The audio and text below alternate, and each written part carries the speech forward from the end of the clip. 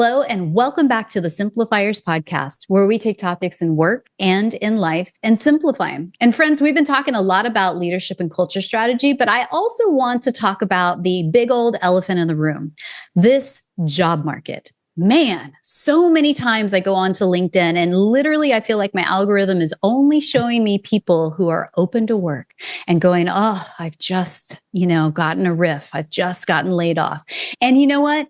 That can be really disheartening for so many people out there, especially if you are in that boat. So I want to talk to somebody who I think you may already be following right now on TikTok or otherwise, and simplify how to rethink your job search and kind of zoom out a bit and think about rethink your career path as well. My special guest today, his name is Mike Peditto, and he's hired people, he's been laid off himself, and he spent years figuring out what actually works in between. He's a director of talent, and he's also the face behind the Realistic Recruiter brand. He's built an audience of over 400,000 professionals by cutting through the noise of traditional career advice and telling people what's really happening. Oh yeah, he's also the author of a book called Yes, You Are Being Judged. So I'd like to welcome to the Simplifiers podcast, Mike Peditto. Hey, Mike.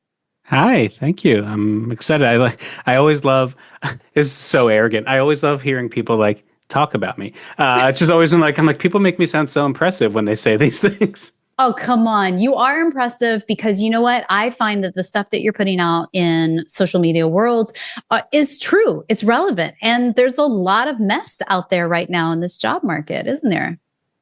There is. I mean, there's a lot of mess everywhere. The job market is not unique anymore in that everything is a mess. But as we feel everything sort of like caving in, our careers are included with that.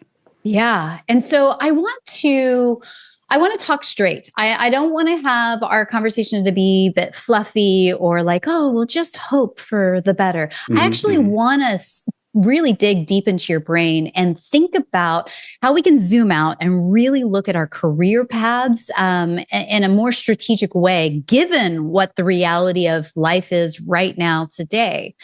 So you've been on both sides of the hiring table, right? You've publicly navigated your own layoff and others as well, and job searches also. What do people need to understand about how corporate careers in particular, are working right now versus, say, 5 or 10 years ago? Yeah. I mean, obviously so much has changed, right? And I like to talk about it, and I'm with you, right? There's not going to be fluff. I don't think you'll be able to see it behind me. This is just like a video I was doing. It literally says Career BFF back there with like a line through it because that's not me, right? There's enough of them out there to just manifest your dream job and you got this, you can do it. It's not how I talk about things. So with so much changing so quickly, the thing going on with careers and jobs search all this right now is that just everyone is figuring it out all of a sudden. There used to be rules. There used to be a system. There used to be something we could trust. And I say that with some quote marks because obviously at the end of the day, we only trust companies and jobs so much. But there was you do this and this happens and you do this and this happens. Not only does that no longer exist, right? The traditional ladders and the linear paths and the things people have relied on. But nobody in charge knows what they're doing anymore either because everything's changing so fast, right? And everyone is sort of making it up and guessing what's going to happen as they go. And it just leads to a giant mess. Yeah. Well, I mean, I've heard anecdotally, and I can tell you that's true, with the influx of AI means that there are more people using AI to optimize their resume, which means the doubling, sometimes tripling the applicants for a job. And then companies are getting AI software just to screen the AI resume. I mean, it's it feels so dumb and so broken in what's happening. I mean, that's just one example of the craziness that's changed in the last 5 to 10 years. But what else? Yeah, I mean, there's the AI arms race for sure. But more than that, it's really just the idea of not knowing what the future is and what the future holds with this stuff, right? So people get hung up on AI screening, AI this, and I don't think it's that big of a deal. I honestly don't. People can kind of come for my head on that. But it's just if you took AI away right now, but the rest of the world, the rest of the economy, the rest of the market, everything stayed the same, right, we'd be in the same mess. And I mean AI in regards to job searching, because obviously if you took AI away totally, corporations would look different. But like whether AI screening resumes or writing resumes or whatever else, we are dealing with the fact that applications, all data has shown, like LinkedIn put out a study that said applications have doubled since 2022 for all jobs across the board on average, which means for a lot of roles, way more than doubled to hit that average. And at the same time, recruiting teams and hiring teams and most corporate teams in general have shrunk. The easiest way to say is like you look at a giant company like Meta or Amazon, their recruiting teams used to be 200 people and now they're probably 50. At smaller companies, their teams used to be 10 people and now it's one. And, I've spent most of my career in startups. So you take a situation where I used to have a 5-person team and we would open up a job and get 30 applications for it. Now I have a 1-person team and I open up a job and get 200 applications for it, like overnight. So it's hard to put your finger on it because you say, well, recruiters should do this better, managers should do this better. It's just sort of like it's all so overwhelming on all ends that there isn't just to like snap your fingers and fix it. Yeah, the math doesn't math. I mean, I don't think that a human has enough time in the day to screen all 200 candidates for that. And it's not like, after 200 it stops, like, or after the first 24 hours it stops. You keep still getting great candidates and you just can't possibly get through all of it, right? So then what do you do?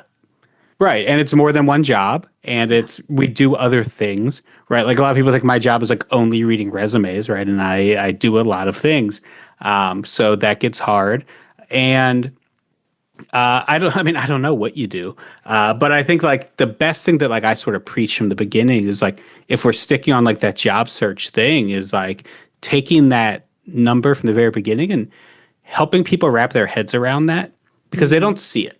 Most people, and I get why, but when we talk about job searching, when we talk about careers, they center themselves, right? They build the universe around themselves, right? And like, there's a saying, and it's an old saying, I don't know where the original came from, right? That's just like, you're not stuck in traffic, you are traffic. And like, job searching is the same way, right? Like, the job search isn't happening to you. You're part of this giant, like, mess of a system. And, people always say, like, hiring's not happening, nobody's hiring. And I have to help people get their head around the idea that just like, look, if 500 people apply for a job and one gets hired, statistically, 0% got hired, right? Like, but that's not 0%. It's just statistically speaking, it's basically 0%. And that person doesn't put out a news article about getting hired in this role and update everybody on what happened and what their process was like. And so it's very easy to feel like nothing's happening. And that's the sad number, right? It's just like, I hate comparing job searching to the lottery. I don't think it's the same idea. But, when we think about tough odds, you think about a lottery. And imagine if the lottery winner was never announced. You would just assume nobody ever won the lottery, right? But when it gets announced, it's a news story. You see them around. They won the Powerball. This all happened. Job searching in that way is that without the news story. So you're just like, oh, nobody won. Nobody got hired. And it's just because statistically, nobody did. Yeah. So then to get yourself out of the space of doom and gloom, I really feel like the instance or the best advice in this space is that you have to build in real life networks and relationships, because how do you stand out in a pile of 500 resumes if you're just some faceless name on a piece of paper and you don't have any sort of connection whatsoever? What are your thoughts on when it comes to applying for jobs that you really, really want to just focus on internal referrals rather than just being, a rando who applies with the easy apply button on LinkedIn? Sure. I mean, the thing with that is that only carries as much weight as it's actually worth for you. And what I mean by that is like, this is the thing everybody knows, right? Like people, I made a video that went really viral like 2 weeks ago, where it's like, stop saying these things to laid off people or to unemployed people. And like one of the top ones was just network. Because like, yeah, that's super simple advice. Like just network your way in, but for one, I will tell you, if I open up a job, if you open up a job, if anyone there listening opens up a job, you're going to get 100 messages that day on LinkedIn from strangers, right? Networking with you. And, but like they're not networking, they're cold emailing you and asking for something. And, so when I hear like use an internal referral to get hired, sure. But an internal referral to me means, hey, I used to work with Mary. She was great. I would love to have her here in this role. And I know you work here with me, you vouch for her work. That's great. Yeah, I would love to talk to Mary. That is so different than getting a cold DM or like, hey, this person reached out to me on LinkedIn and wanted to talk about the job. And I don't tell people to not do that stuff. Yeah. But people confuse like networking with that.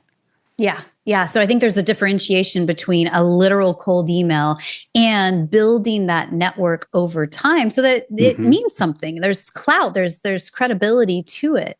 So when you and I spoke offline, you talked a lot about how the future of work is actually changing faster than most people can process. So when you're thinking about like AI or hiring technology, layoffs, or even kind of non-traditional career paths, what do you believe the future of work will actually look like moving forward? Yeah, it's a great question. It's funny because I opened this by saying we're all making it up and we're all guessing. So even like, take anything I say with a grain of salt with this kind of stuff. But like, I think there's a few things, or I think it is going to be multiple income streams for people. I think we're seeing more and more of that. And I don't mean you have to go out and like drive, Lyft, and Uber to make a living. Like, I don't think that's what I would mean. But I mean, I myself have 5 or 6 different ways I make income. And it's just sort of what I do now. And I think that's going to be more common.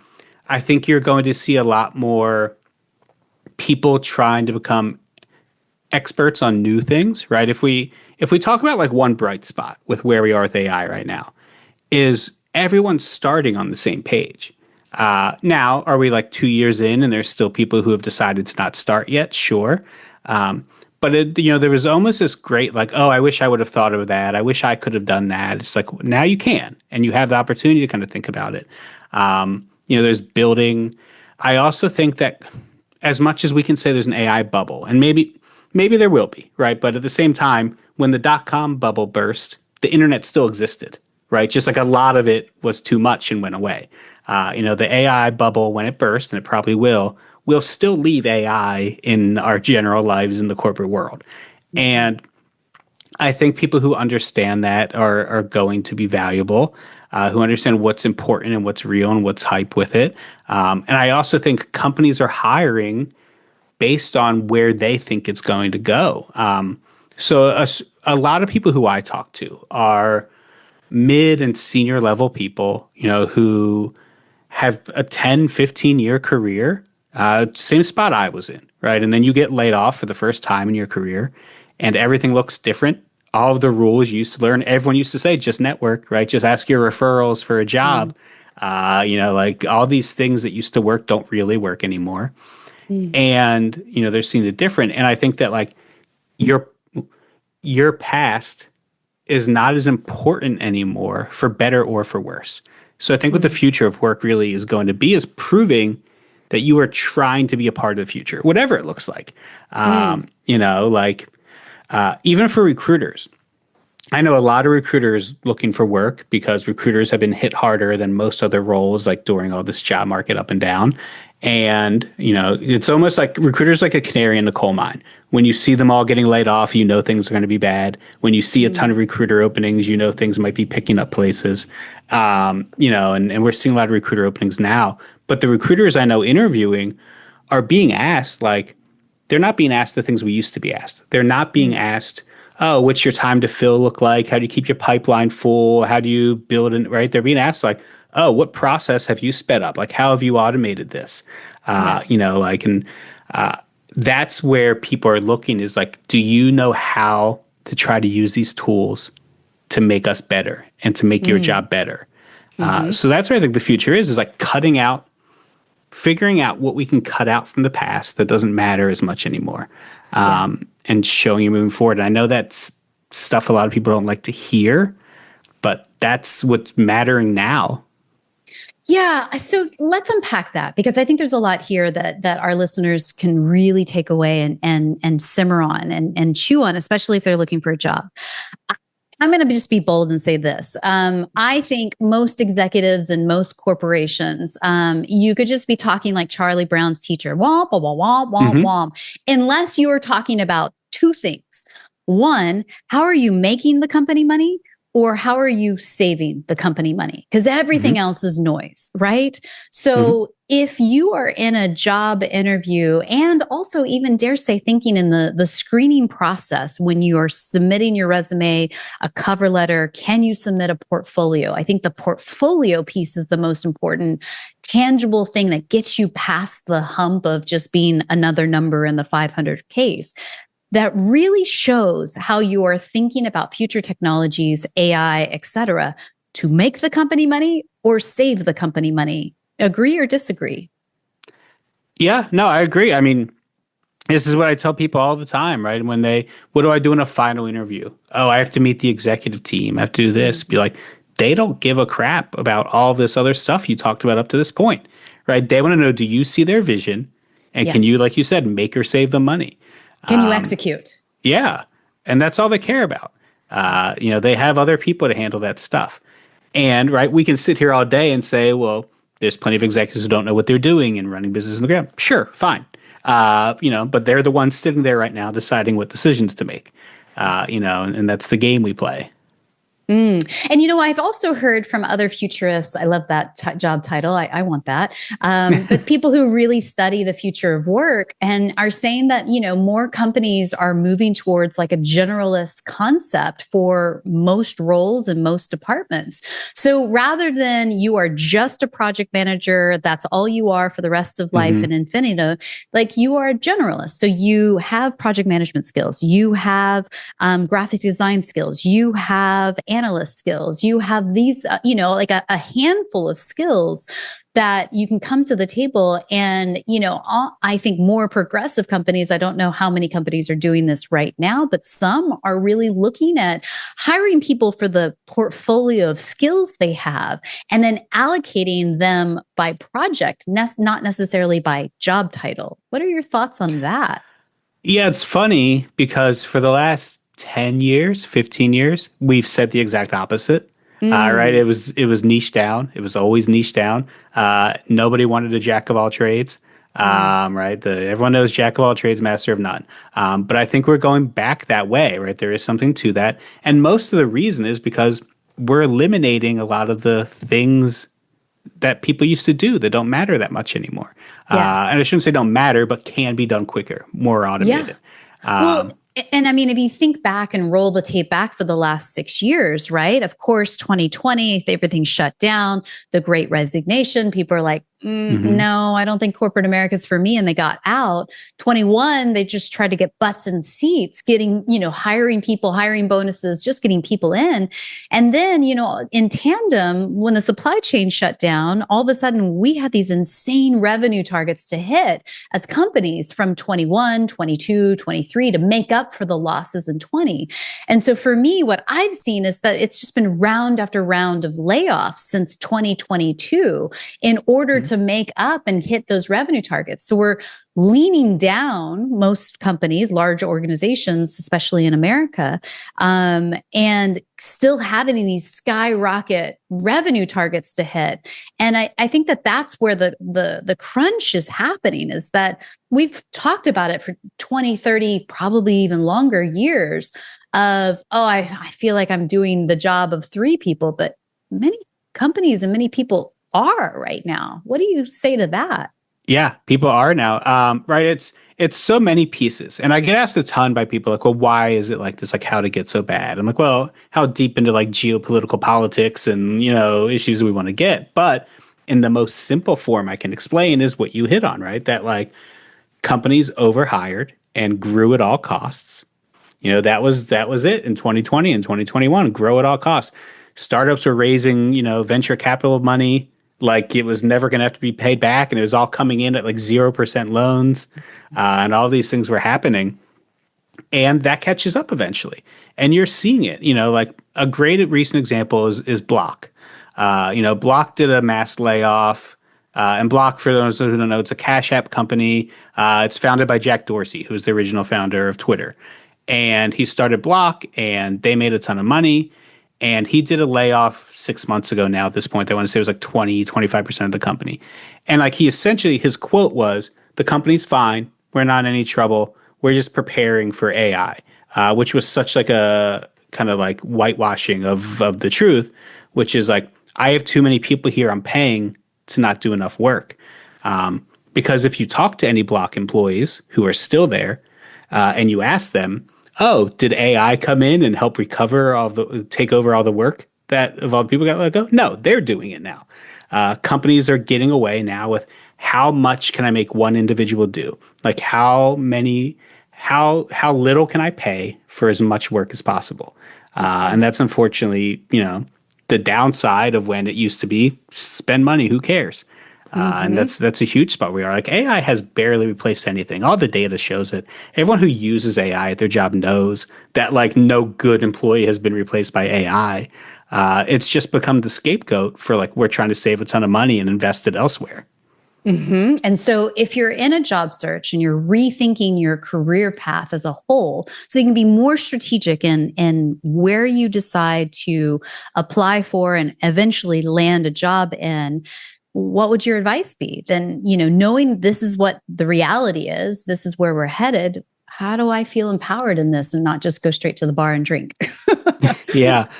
So most job search advice I give centers around the idea of like taking a little bit more risk, right? Doing what you have to do to stand out. And I don't mean crazy things. I'm not talking about like you see things online of like showing up with pizza boxes with your resume on it. Like that's not what I mean. That's not how someone should have to get a job.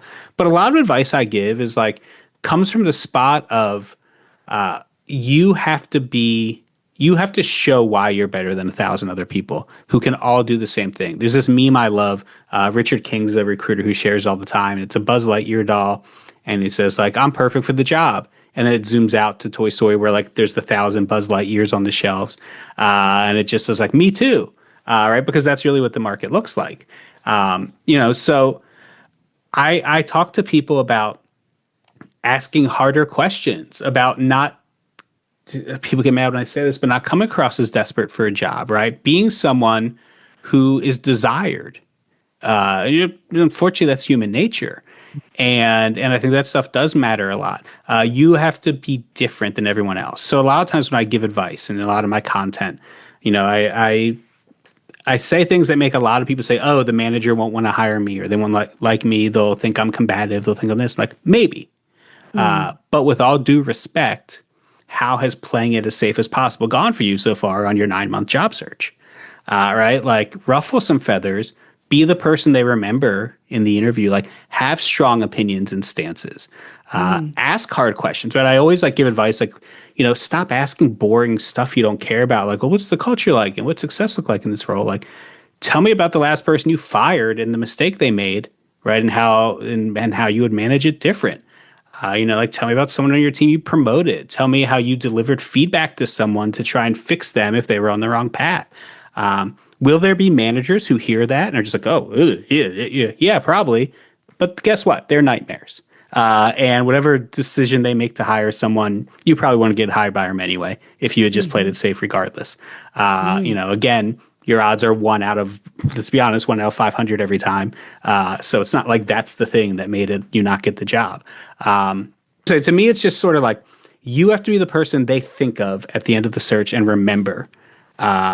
And whether that's for good or bad. Yeah. What it makes me think of when you talk about this, and I can't tell you, raise your hand if you're listening to us right now and you're like, Mary, you're so right. Like when anybody tells me like, oh, you just have to change your mindset, your eyes roll back like triple, like a, Wile E. Coyote in an old Bugs Bunny cartoon, right? But you have to change your mindset. You almost like have to approach the job search in a completely different way.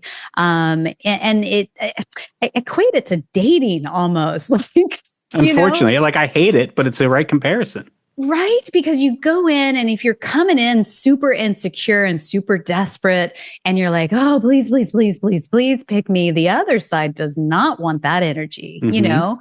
And I mean, my therapist will be the first one to tell me, like, when I actually work on myself and be super, stable and secure and all the things, calm, cool, collected in myself, I show up differently in the dating world. And I'm sure I would show up differently in the job search world as well.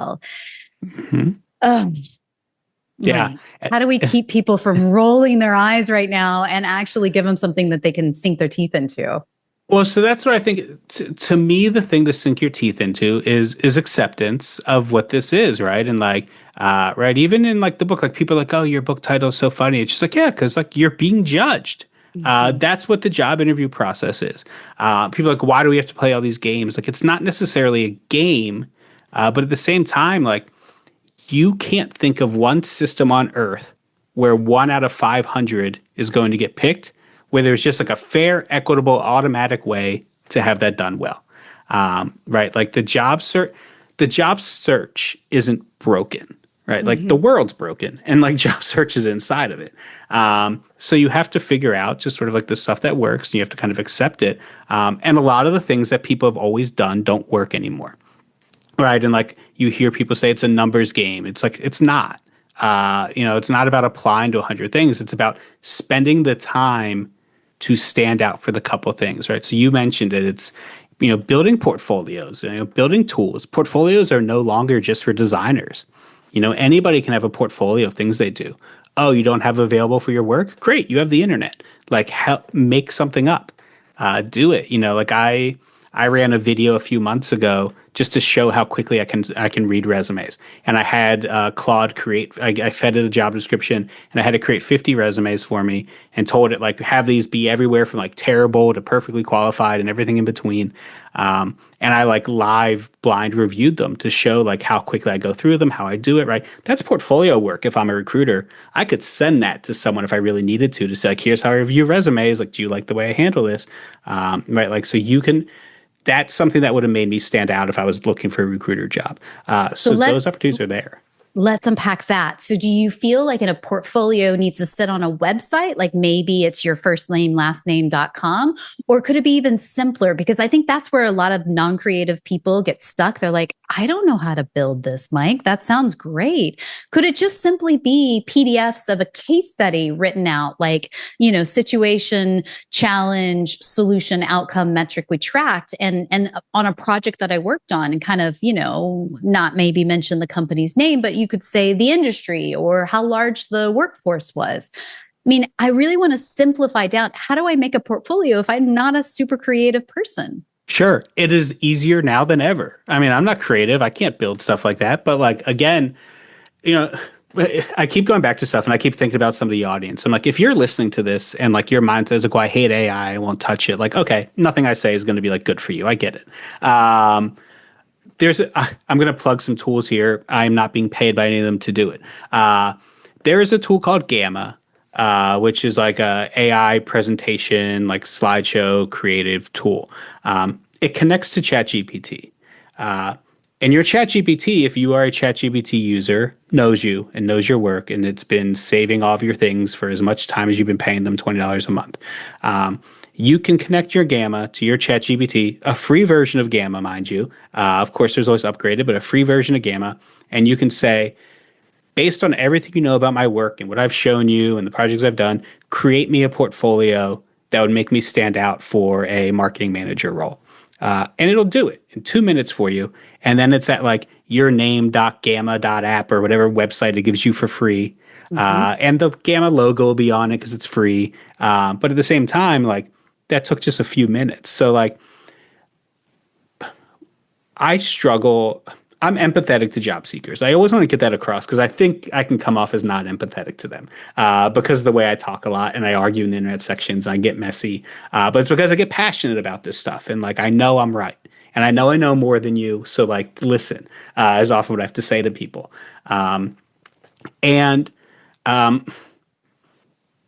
it's like I said, I'm empathetic about it, but I don't have a ton of patience left for people who have been struggling for X amount of time and haven't even tried to figure some of this stuff out and do it, right? It's just kind of like, if I'm telling you for the first time that you should be using like ChatGPT, like it's just kind of like, well, can't blame other people for being behind at this point.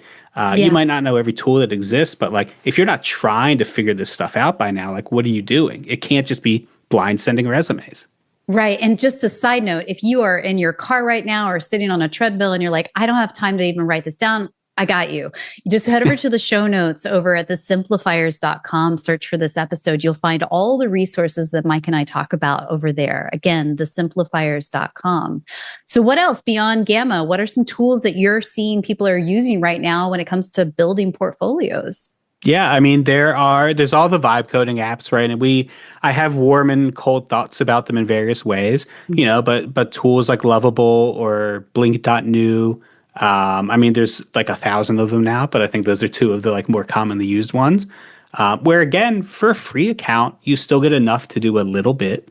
Lovable, if you don't know vibe coding, like if this is the first time you're hearing this term, it's essentially talking to it, prompting it, telling it what you want, and it builds software for you or websites for you.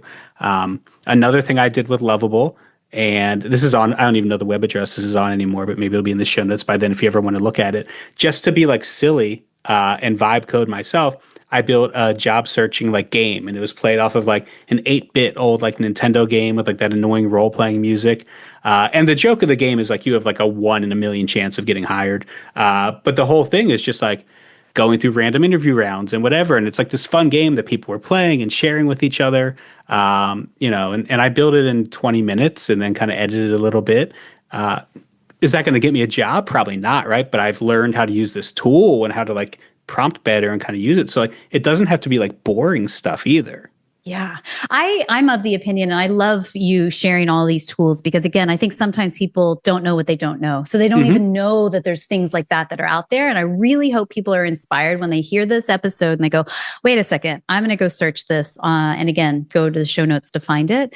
But I think what you're saying here, and when I kind of really peel it back, this is how you find your confidence. This is how you upskill your, AI knowledge and readiness for whatever the next role is, rather than sort of sitting there in a place of panic or uncertainty or feeling kind of emotionally unsteady. Because let's face it, the world is a hot mess right now. The pressure cooker is getting hotter and hotter and hotter. And I think people sometimes, freeze in that. But this is actually how you make forward action and progress and go, well, wait a second. What did he just say? I want to try that out, right? Yeah, no, I mean, exactly. And it's, you are right. I'm guilty myself of like, I live in tech. I'm very guilty of speaking to an audience sometimes. And then like at the end, realizing like, you've never touched any of the things I just spent like 20 minutes talking about, have you? And like, that's not your fault. But yeah, they're out there. Some of it does involve you having to be proactive and go out there and learn.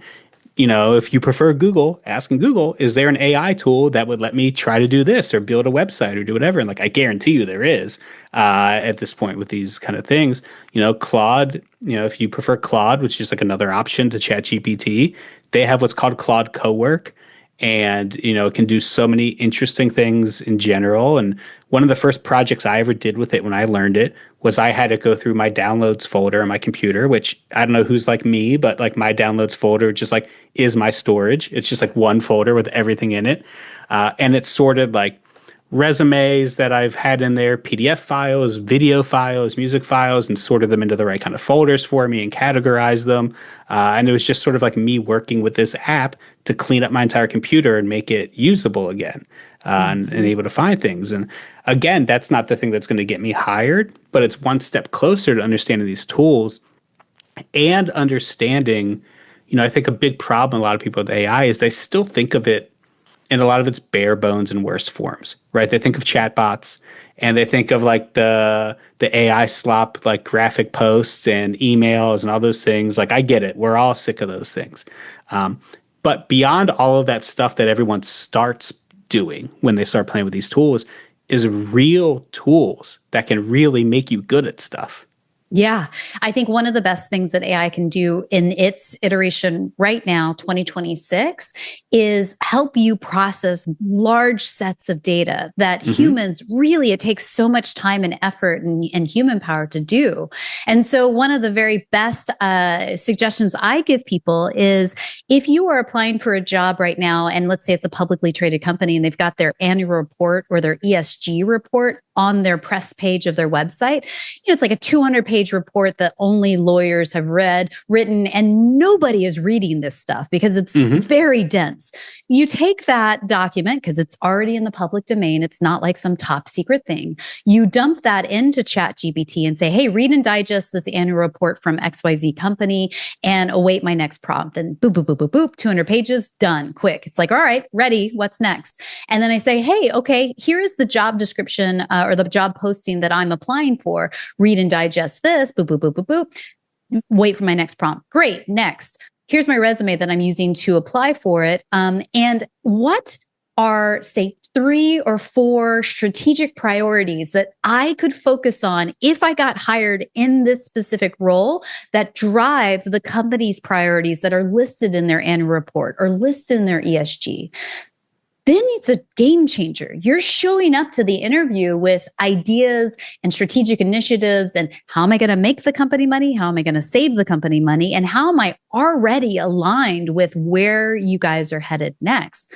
It's a game changer. You couldn't have done that on your own reading the 200-page document, right? Yeah, and it makes me think of 2 things. One, yeah, I love all these ideas. I always have to tell people, right, especially if you're new with these tools, verify the stuff you're getting there, right? AI does hallucinate. AI does make mistakes. And there's always like funny examples you can find online. So when you throw that 200-page document in, if like it gives you a couple bullet points that sound really great, still verify them, right? Ask it, what page in that 200-page document did you pull that from? And go to that page and make sure it says what AI is telling you it says, or you will look far worse than if you didn't do this. But the other thing that you said, really kind of like stuck with me in there is like, we're talking about the future of work and how you can stand out with these skills.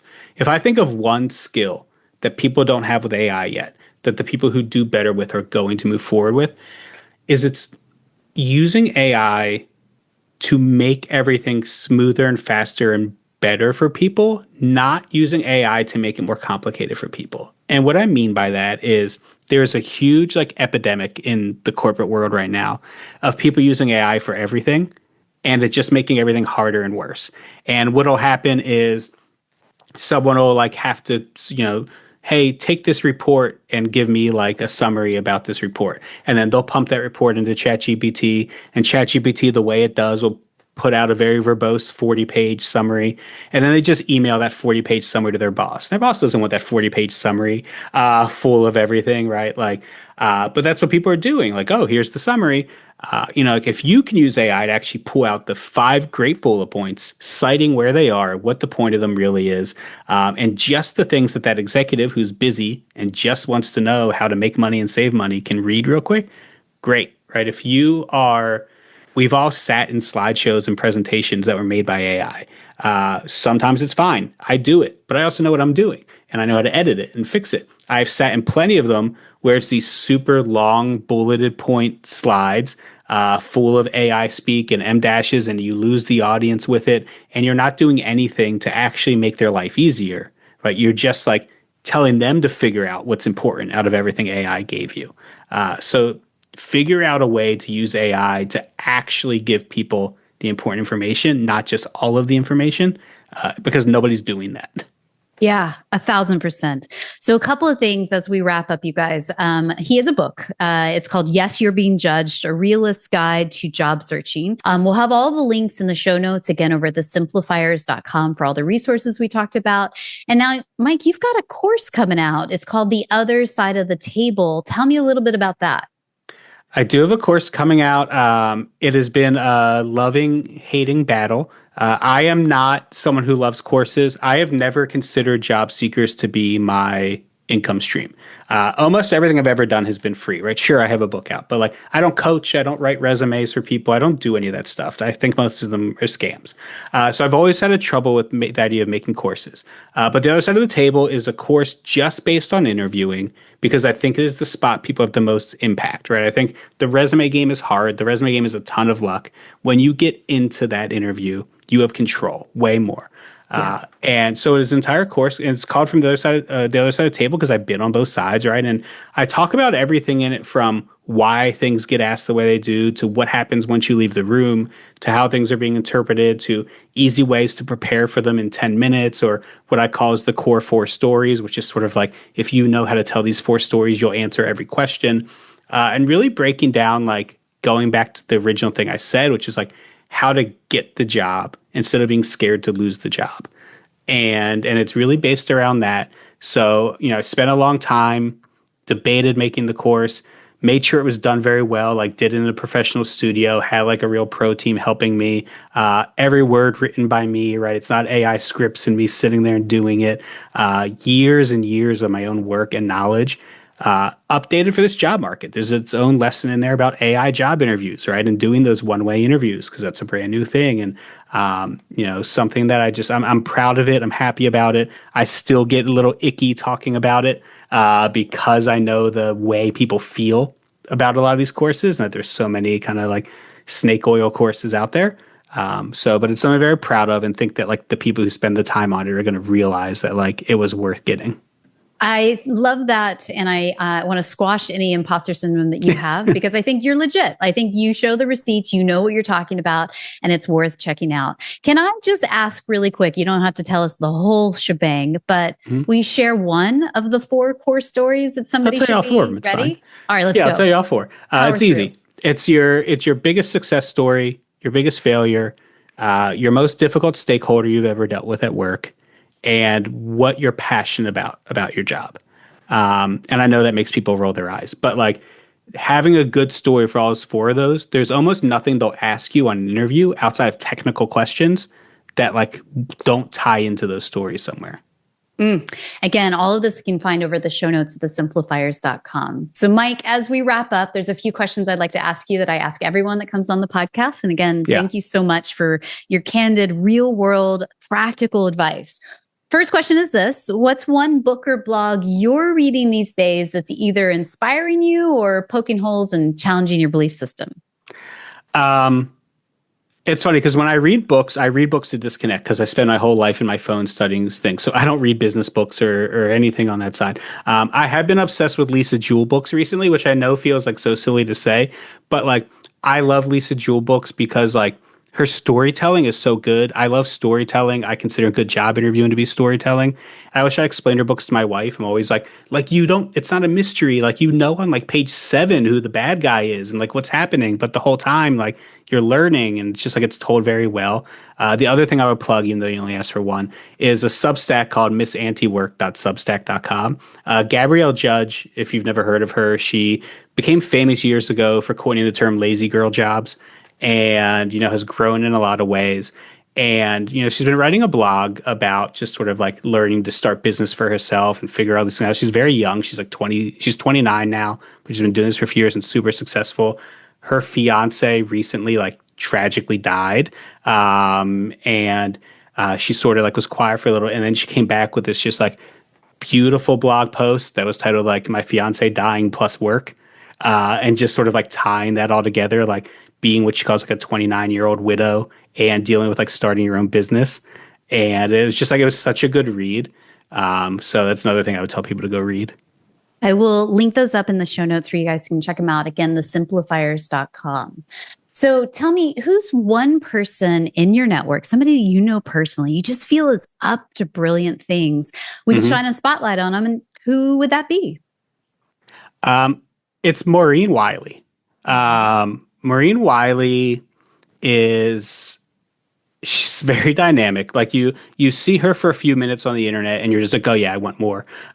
So Maureen, quick backstory with her, right? She is someone who worked in big tech, at 37, I think it was, she said, she was called a dinosaur by one of her coworkers, and let go. And she has basically dedicated her life to what she's, like being in your 40s, a woman, and trying to deal with working in tech, where nobody wants you there anymore. And she makes amazing content about it. She has a podcast that I think is the best name for this, called It Gets Late Early, where she just talks about like aging in the world of tech, and has just been putting out great content, like super locked into a lot of these big stories, like the workday ageism lawsuit, and just sort of like filtering all this stuff through the eyes of like, yep, this is what I've been telling you about for a long time. So I think for an audience that is in that like mid 30s to 40s, like where do I fit into the space anymore? Like that's her, and she's just talking through it in real time.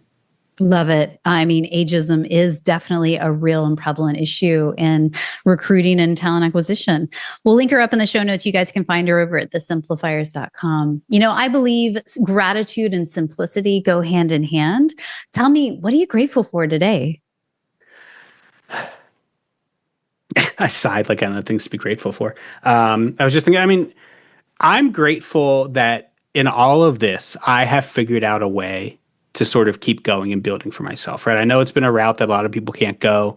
I could be struggling way more than I am right now. And, yesterday I took my daughter out of camp and we went to the pool, which was what she really wanted to do. And I promised both of my kids, I have young kids, and I promised both of them this summer, you each get 2 days a month where like I'm not working and like you don't have to go to camp, and whatever you want to do, like that's your day. And right, they call it like Daddy Carson Day and Daddy Izzy Day, and like they get so excited planning what they want to do. And I couldn't do that 2 years ago, like when I was working like full time for someone. And like, so I'm grateful that like I get to do all of those things. I work really hard. If you ever started your own thing, you know how hard it can be and how time consuming it is. But like, I finally feel like I have that flexibility in my life that like I've like earned getting, and I'm grateful to have that. Yeah. So someone somewhere, this is my last question for you today. And again, thank you so much for your time. Someone somewhere is listening to you and I right now. They are in transition. They have been looking for a job for the last 7, 8, 9 months, and they are at their wits' end. What's one thing you could whisper into their ear right now just to encourage them in this moment? You're not alone. Right. I think that like community is so important. I think the idea of community, I run my own podcast for recruiters only. And it's the idea of we need our own community because everybody hates us and we're all losing our jobs. And I think everybody needs that community. There's a great job searching community out there called Rise, RHIZE. It was started by somebody called Gianna Vertola. Her name is Gianna Vertola. I've been reading too many British Lisa Jewell books, and that's how they talk about people. She was called. But she was someone who lost 3 jobs in a year and just talked about it. And it turned into this like, I don't even know how many thousands of people are in her community now where they have weekly calls and they talk about it. And right, they don't always help each other. They don't always know the answer, but they get together and they talk and they support each other. And I think remembering you're not alone in that stuff and not shying away from that. Right. I can think about I know how embarrassing it feels. Like I've been there. I remember my first layoff, and it happened right before my sister-in-law's birthday party, and everyone was at this brewery for the birthday party having fun. I was just like sitting there like, what a loser I am at this place. Like everyone here is making more money than me. Right. And my daughter's first birthday happened like over the same layoff time. And I just everyone's going through that. Everyone has that feeling. And like your community might not save you in terms of having the answer, but like they're there and you need to find them. Mike, it's so true. And I also encourage anybody that's listening that has now found a job and landed at that new company, don't forget that feeling and help. Reach out to one person, maybe 10 people, in your network that are open to work, looking for that next job, and give them a little bit of a boost. Mike, thank you so much for your time today. Yeah, thank you for having me. This is fun.